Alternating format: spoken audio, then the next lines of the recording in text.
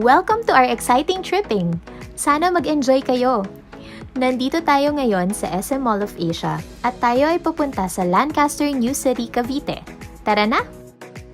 From SM MOA, easy access na ang mga central business districts at universities.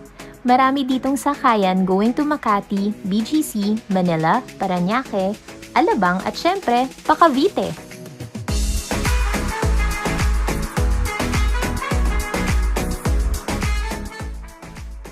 Yang elevated road na yan ay ang NAIA-X papuntang international airports.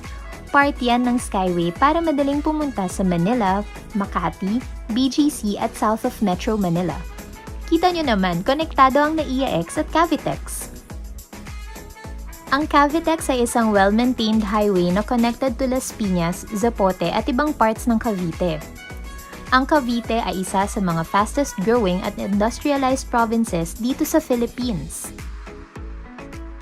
Yan ang PITX o Parañaque Integrated Terminal Exchange.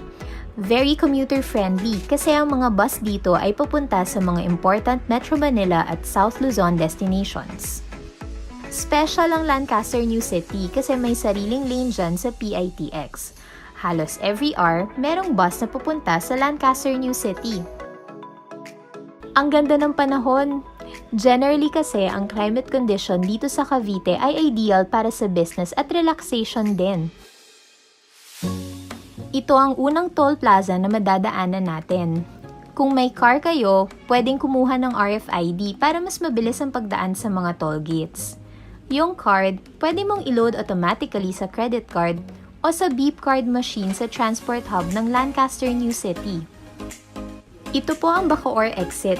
Yan ang daan papuntang Las Piñas at Zapote. Ito ang pinaka-favorite kong area papuntang Lancaster New City. Ang ganda kasi ng view. Minsan pa nga may mga migratory birds kang makikita dito.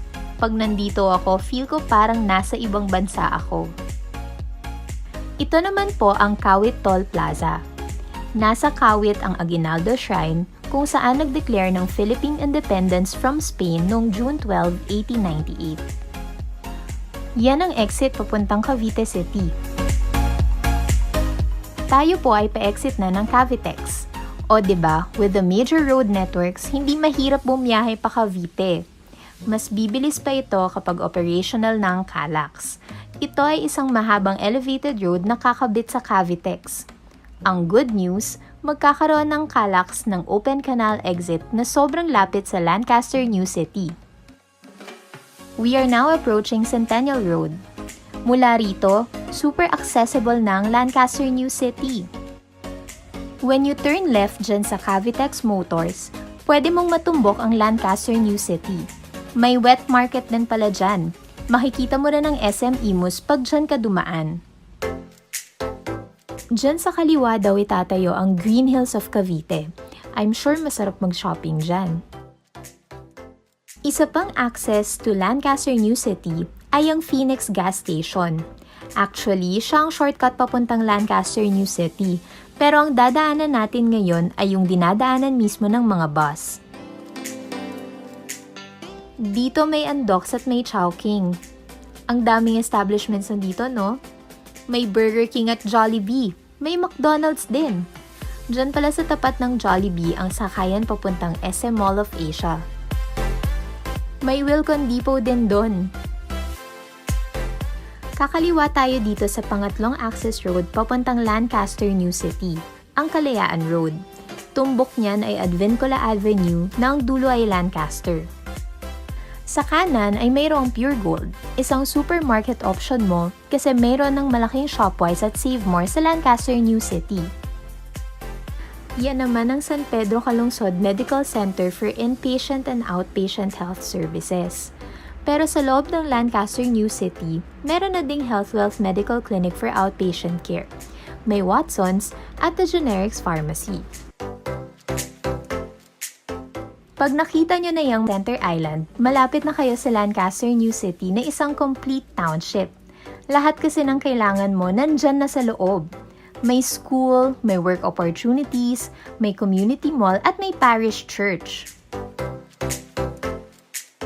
May wet and dry market nga rin pala dito. Yan yung nakikita nyo sa kanan. Yung nakikita nyo sa kanan ay Unitop.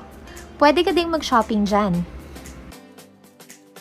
Ito pala ang Lancaster Villages, ang unang phases dito sa Lancaster New City. Hanggang sa nag-expand at ngayon meron ng areas ang Lancaster New City na sakop ang Imus, Kawit at General Trias. In less than an hour, tayo ay nakarating na sa Lancaster New City. Sabi sa inyo, mabilis lang ang biyahe mula MOA hanggang dito. Very accessible sa car drivers at commuters. Next, take a tour po of Lancaster New City, the family-friendly city. Enjoy po kayo!